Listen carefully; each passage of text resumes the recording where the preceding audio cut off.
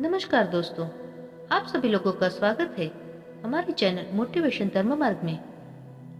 दोस्तों, पहले के समय में जब भी कोई व्यक्ति या शिष्य गुरुजी के आश्रम में शिक्षा लेने के लिए शामिल होता था तो गुरुजी उससे सबसे पहले शांत रहने के लिए कहते थे। ध्यान की अवस्था में जाने से पहले उस शिष्य को शांत रहना सिखाया जाता था। आज के दौर में हमारी जिंदगी में भाग दौड़ है और हर तरफ शोर ही शोर है। इसकी वजह से दिमाग में तनाव पैदा होना लाजमी है। ऐसे में अगर आप हर रोज कुछ देर मौन रहने का अभ्यास करते हैं तो इससे आपके तनाव पैदा होने वाले हार्मोन्स के लेवल में कमी आती है। इससे आपका दिमाग शांत होता है, गुस्सा नियंत्रित रहता है और तनाव बढ़ाने वाले हार्मोन्स का लेवल घटता है। दोस्तों, आज के वीडियो में हम लोग जानेंगे कि किन मौकों पर हमें शांत रहना है और किन मौकों पर हमें बोलना है और शांत रहने से हमारे अंदर क्या बदलाव आ सकते हैं। दोस्तों, संध्या काल का समय था। गुरुजी अपने सभी शिष्यों को अपने पास बुलाते हैं और कहते हैं कि कल सुबह सब लोग नदी में स्नान करने के बाद तुरंत ही हमारी कुटिया के सामने उपस्थित हो जाना। सभी शिष्य हैरान रह जाते हैं कि हम लोगों ने कुछ गलती की है क्या, लेकिन उसमें से कुछ शिष्य यह कहते हैं कि हो सकता है कि गुरुजी कल कुछ अच्छी बात बताने वाले हैं। सब लोग रात को सही समय पर सो जाते हैं और सुबह उठकर सभी लोग नदी में स्नान करने के बाद वापस गुरुजी के पास उपस्थित हो जाते हैं। गुरुजी कहते हैं कि आज हम तुम सबको चुप रहने के फायदे के बारे में बताऊंगा। गुरुजी कहते हैं कि 10 मौके जहाँ पर चुप रहने से होता है लाभ और बोलने से नुकसान। अगर आप इन 10 मौकों पर शांत हो गए यानी मौन हो गए तो आपको आप जो चाहेंगे वो मिल जाएगा। आपकी जिंदगी में चमत्कारिक बदलाव शुरू हो जाएंगे। जरूरत से ज्यादा बोलना या चुप रहना दोनों ही अच्छी बात नहीं है। जैसे जरूरत से ज्यादा बारिश हो जाना या फिर धूप, दोनों ही दिक्कत देती है। उसी तरह अनावश्यक बोलने से भी काफी नुकसान होता है। गुरु कहते हैं कि पहला ऐसा मौका जहाँ पर व्यक्ति को चुप रहना चाहिए वह है बिना तथ्य के ना बोले। गुरुजी ने कहा, अगर आपके पास कोई तथ्य नहीं है तो वहाँ चुप रहने में ही भलाई है। चुप बैठने से दिमाग में नई कोशिकाओं का निर्माण होता है और इससे ज्ञान की वृद्धि होती है। बोलने में भलाई वही है जहाँ आपको किसी चीज के बारे में पूरा ज्ञान हो। अगर आप बिना तथ्य के कहीं बोलते हैं या फिर बेवजह बोलते हैं तो आपका वहाँ मजाक भी बन सकता है। अगर आपके पास पर्याप्त जानकारी नहीं है, ऐसी जगह पर बोलने से आपका मजाक तो बनेगा, साथ ही साथ लोगों का भरोसा भी आपसे उठने लगेगा। इसलिए ऐसी जगह पर शांत रहो जहाँ तुम्हें पता ना हो कि क्या बोलना है क्या नहीं। कई बार कुछ लोग ऐसे होते हैं जो हर जगह अपनी उपस्थिति बताने लगते हैं। उन्हें पता नहीं होता कि हमें क्या बोलना है, लेकिन फिर भी बोलते जाते हैं और फिर बाद में दूसरे लोग उनके जाने के बाद उसका मजाक उड़ाते हैं। जब तक आपको उस तथ्य के बारे में अच्छा ज्ञान नहीं है, उसके बारे में पता नहीं है, तो वहाँ चुप रहना ही ज्यादा समझदारी है। गुरुजी ने कहा, दूसरा ऐसा मौका जहाँ पर व्यक्ति को चुप रहना चाहिए वो है शब्दों से ठेस ना पहुंचे। अगर आपके शब्द किसी को मानसिक ठेस पहुंचा रहे हैं तो वहां चुप हो जाना चाहिए। कमजोर व्यक्ति के बारे में कुछ भी बोलकर आप महान नहीं बन सकते हैं। महान आप किसी कमजोर का साथ देने में बनेंगे। कई बार होता है कुछ लोग अपने से छोटे व्यक्ति को भला बुरा कहते रहते हैं। सामने वाला इंसान तो कद से आपसे छोटा है, वह आपको कुछ नहीं बोलेगा, लेकिन आप उसकी नजरों में गिरते चले जाएंगे। हो सकता है कि कल वह भी आपसे पद में बड़ा हो जाए और आपसे जब वह बड़ा हो जाएगा तो आप जो आज आपका व्यवहार उनके साथ है, आने वाले समय में वह भी आपके साथ वही व्यवहार करेगा।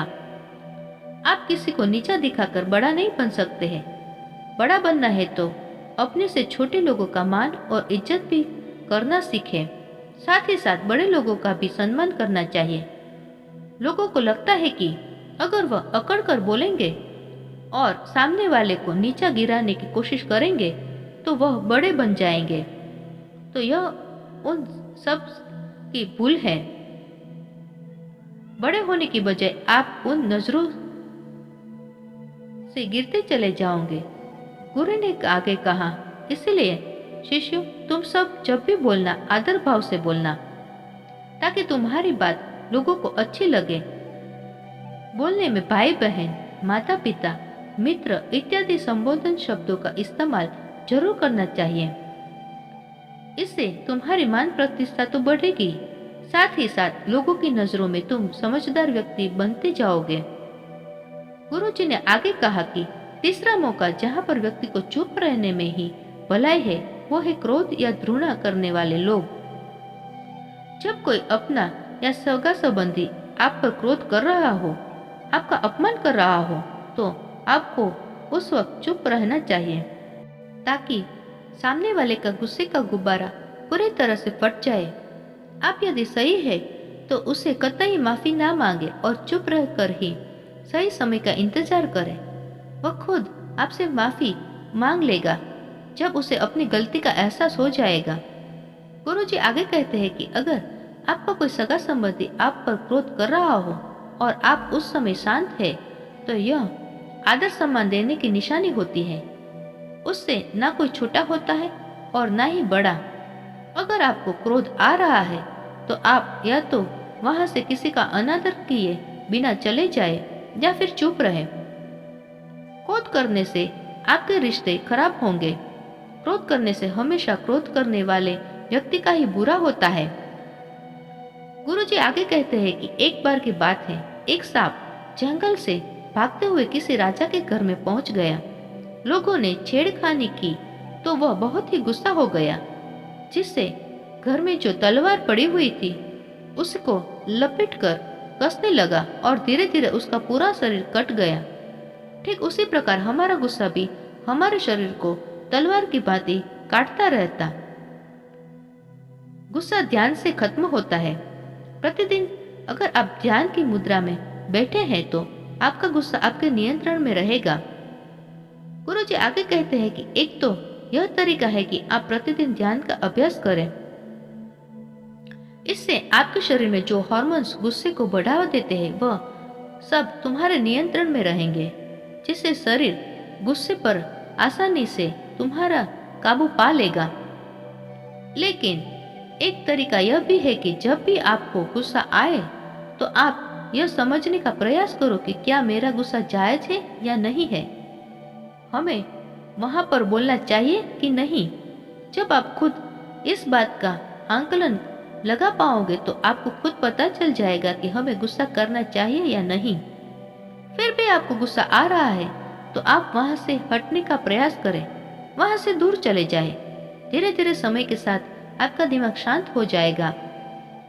गुरुजी ने कहा, चौथा ऐसा मौका जहां पर इंसान को बहुत ही समझदारी के साथ काम लेना चाहिए, वहां पर आपको चुप रहना चाहिए। जहां पर उस मुद्दे में आपका कोई संबंध ना हो। दोस्तों, अगर आपका उसी मुद्दे से कोई संबंध ना हो तो वहां आपका चुप रहना बनता है बिना किसी वजह से। अगर आप दूसरे के मुद्दे पर बोलेंगे तो यह आपके लिए अनिष्टकारी होगा। इसमें केवल और केवल आपका ही नुकसान है। आप किसी भी दो लोगों के बीच हो रहे विवाद में जल्द ही अपने कोई भी कमेंट ना डालें। अगर सामने वाला आपको बुला रहा है अपना झगड़ा शांत करवाने के लिए, तो ही आप वहां पर जाइए। किसी की व्यक्तिगत जिंदगी में दखल अंदाजी नहीं करनी चाहिए जब तक कि वह व्यक्ति आपको नहीं बुलाता है। अपने झगड़े को शांत करवाने के लिए कुछ लोग फालतू में दूसरे के विवाद में कूद पड़ते हैं या इंटरफेयर करते हैं। इससे अपने मान सम्मान मर्यादा पर लोग उंगली उठाने लगते हैं। गुरुजी कहते हैं कि 10 मौकों में से 5वां ऐसा मौका जहां पर व्यक्ति को बहुत ही समझदारी के साथ चुप रहना चाहिए। आपके शब्दों से किसी मित्र को हानि ना पहुंचे। अगर आपके शब्द सामने वाले के परिवार या मित्र की प्रतिष्ठा के बारे में बुरी झलक दिखा रहा है तो आपको चुप रहना चाहिए। किसी के परिवार या फिर मित्र के बारे में बुरा बोलने से केवल आप ही बुरे बनोगे जो चीज आसानी से खत्म की जा सकती है उसे अपने शब्दों से बड़ा ना करें। बिना चिल्लाए बात करने का प्रयास करते रहना चाहिए। अगर आप बिना चिल्लाए कोई बात नहीं कर सकते हैं तो आपका चुप रहने में ही भलाई है। किसी पर चिल्लाने से आपके व्यवहार के बारे में पता चलता है। ज्यादा बोलने से चीजें हमेशा खराब ही होती है। कई बार कुछ रिश्ते ज्यादा तेज बोलने की वजह से टूट जाते हैं। इसलिए आपकी आवाज में मीठापन लाइए। आपके शब्दों से आपके दोस्तों को हानि नहीं पहुंचनी चाहिए। कभी कभी शब्दों से मजाक में भी किसी का अनादर ना हो और कटु शब्द ना बोले। मजाक को भी हमेशा शब्दों के मायने में ही रखें। जहाँ किसी को शब्दों से चोट लगे वहाँ चुप हो जाइए। ज्यादा बोलने से हमेशा नुकसान ही होता है। किसी और की प्रतिष्ठा को अपने शब्दों के माध्यम से उसे हानि नहीं पहुंचानी चाहिए। यदि आपके शब्दों से किसी और की प्रतिष्ठा को ठेस पहुंच रही है तो वहां आपको चुप होना जाना चाहिए। जब कोई व्यक्ति आपके सामने नहीं है तो आप उस व्यक्ति के बारे में बुरे शब्द किसी तीसरे व्यक्ति के सामने ना बोले। गुरुजी कहते हैं छठा मौका जहाँ पर व्यक्ति को चुप रहना चाहिए। जब कोई किसी की बुराई कर रहा हो, जब कोई आदमी आपके सामने किसी तीसरे आदमी की बुराई कर रहा हो, तब तुम्हें चुप रहकर बस सुनना चाहिए। अपनी राय व्यक्त नहीं करना चाहिए, क्योंकि जो आज आपके सामने किसी तीसरे की बुराई कर रहा है वह केवल किसी और के सामने, वह कल किसी और के सामने आपकी बुराई भी कर सकता है। यदि आपने कुछ कहा है तो नीति शास्त्र के अनुसार जो अपने मुंह को बंद रखता है और बुद्धि से काम करता है वही इंसान समझदार होता है। बिना जरूरत के बोलना, किसी के बारे में भी किसी के बीच में बोलना यह गलत बात है। कभी कभी हमारे लिए बुद्धिमानी इसी में होती है कि हमें अपना मुंह ऐसी जगह पर नहीं खोलना चाहिए। गुरुजी आगे कहते हैं कि 10 मौकों में से 7वां ऐसा मौका जहां पर व्यक्ति को चुप रहना चाहिए जब कोई आपकी भावना नहीं समझते। यदि आपको लग रहा है कि कोई व्यक्ति आपकी भावना, दुख या परेशानी को शब्दों में नहीं समझ रहा है, यदि आपको लग रहा है कि सामने वाला व्यक्ति आपकी भावना या दुख को या आपकी जो परेशानी है उसको वह समझ नहीं पा रहा है या समझने का प्रयास ही नहीं कर रहा है या यह आपको ध्यान से सुन नहीं पा रहा है, तो ऐसे व्यक्ति के सामने आप चुप ही रहें, क्योंकि ऐसे लोगों को आपकी भावना या दुख से कोई मतलब नहीं होता है। ऐसे लोगों को अपना राज बताकर आप बाद में पछताओगे ही। इसलिए हर किसी को अपने मन की बात नहीं बतानी चाहिए। अगर आपको लग रहा है कि सामने वाला आपकी बात को नहीं समझा पा रहा है तो वहां पर आपको नहीं बोलना चाहिए, क्योंकि वहां पर आपका मजाक ही बन जाएगा। जब आपको लगेगा कि सामने वाला आपकी भावनाओं को ठीक तरीके से समझ रहा है, आप जो कह रहे हैं वह ठीक से सुन रहा है, तभी आप उसे अपनी बात कहें। गुरुजी कहते हैं कि 8वां मौका जहां पर आपको चुप रहना चाहिए वह है कोई इंसान अपना दुख व्यक्त करता है। यदि कोई इंसान अपने दुख या परेशानी को आपको बता रहा है तो उसका मतलब यह नहीं है कि वह आपको अपना समझ रहा है। ऐसे में तुरंत ही उसे समाधान बताने की बजाय चुप रहकर उसके दुख या समस्या को सुने। उसके दुख या समस्या को किसी और को ना बताए।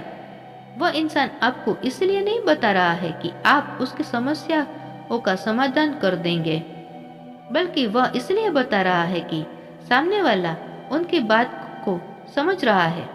कई बार बताने से दुख कम हो जाते हैं।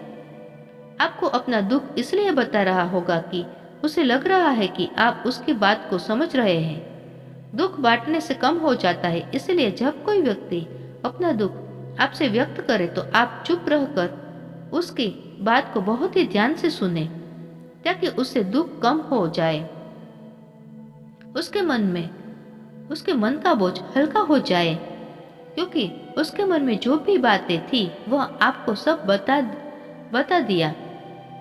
गुरुजी आगे कहते हैं कि 10 बचावों में से 9वीं ऐसी जगह जहां आपको चुप रहना चाहिए, जहां पर दुष्ट प्रकृति के लोग रह रहे हो, जो अपशब्द बोलते हो और गाली गलौज कर रहे होते हो, तो आप वहां पर मत जाइए। ऐसी जगह से आप चुपचाप निकल जाइए, अर्थात अपनी प्रतिक्रिया दिए बिना आप वहां से चले जाइए।